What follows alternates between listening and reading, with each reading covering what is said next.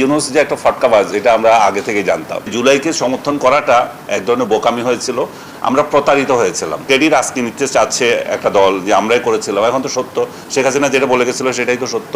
আমার জীবনের সবচেয়ে দুঃখজনক অধ্যায় হচ্ছে যে আমাকে রাজনৈতিক ট্যাগ যে যেভাবে পারে দিচ্ছে। জেল থেকে বের হওয়ার পর আমি একটা প্রতিক্রিয়া পাচ্ছি, যেখানেই যাই সবাই খুব জড়িয়ে ধরে যে আপনার জন্য দোয়া করছিলাম। আমি রিয়েলি বিলিভ করি যে তারা দোয়া করছিল আমার জন্য, নতুবা যে প্যাসে পড়ছিলাম আমি এখান থেকে বের হওয়া কঠিন ছিল।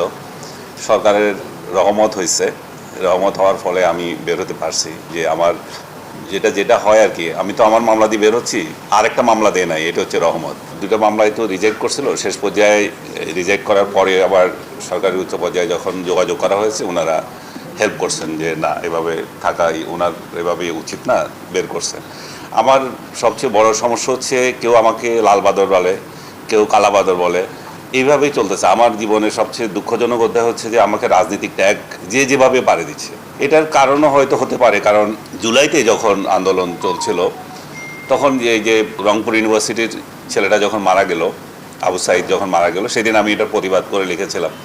দীপু ভাইয়ের এই যে অনলাইন আছে সেখানে এই দীপু ভাই বলছে, বুঝছেন, দেখেন এই আনিস আলমগীর যে আওয়ামী লীগের সাংবাদিক, সেও প্রতিবাদ করছে। আওয়ামী লীগের মানে দীপু ভাই আমাকে টাইটেল দিচ্ছে আওয়ামী লীগের সাংবাদিক। যখন 3 তারিখে যখন হলো শহীদ মিনারে যখন হচ্ছিল, এর মধ্যে আমি সমালোচনা করছিলাম সরকার যেভাবে কাজ করছে এটা ঠিক হচ্ছে না। বাট আমার হচ্ছে যে বিরোধী দলও ভালো করছে না, বিরোধী দল এমন আমাদের জাতীয় সম্পদগুলো কেন নষ্ট করছে, এর বিরুদ্ধে আমি লিখেছিলাম। সেটাকে আবার এখন এনসিপির পোলাপানি এটাতে খুব মজা পায়, এটা শেয়ার করে যে আমি বিরোধী দলকে বলছি যে তারা এমন একজন নেতা তৈরি করতে পারে নাই যেটা শেখ হাসিনাকে মোকাবেলার জন্য। তার মানে আমি শেখ হাসিনাকে হাইলাইট করেছি। 200-র বেশি সার্ভিস ও ফিচারে লেনদেনের সব বিকাশ অ্যাপে সম্ভব। এটা তাদের দৃষ্টিভঙ্গি।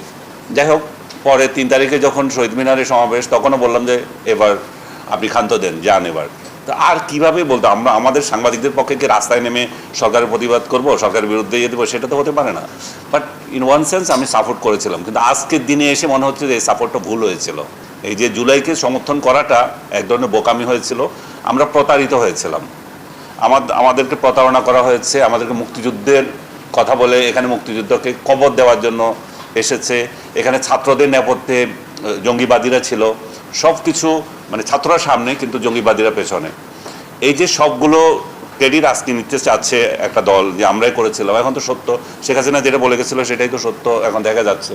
তো সব দিক থেকে এই প্রতারণার ফলে যখন ডক্টর ইউনুস আসলো, আমি খুব আশাবাদী হইনি। ইউনুস যখন প্রথমে আসে আশাবাদী হইনি, কারণ হচ্ছে ইউনুস যে একটা ফটকাবাজ এটা আমরা আগে থেকে জানতাম। যখন 1/11 আসলো, এই ফটকাবাজ রাজনীতি করার জন্য মাঠে নামলো।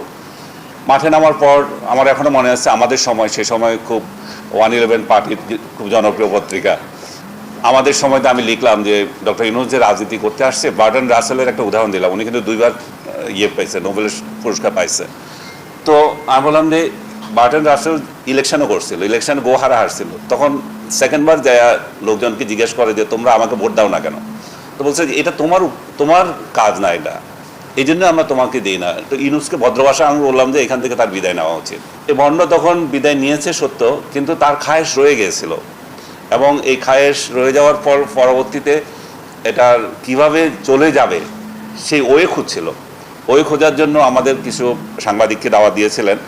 আপনার আনিসুল হক ছিলেন মেয়র, সাবেক মেয়র, উনি তখন তার খুব বড় প্রেমী ছিলেন। তো এই গুলশান ক্লাবে দাওয়াত দিয়েছিল, নেতৃত্বস্থানীয় সাংবাদিক যারা ছিল পরামর্শ নিচ্ছিল কীভাবে বিদায় নেওয়া যায়। আমি পরামর্শ দিয়েছিলাম কিছু লাগবে না, খালি একটা স্টেটমেন্ট দিয়ে চলে যেতে।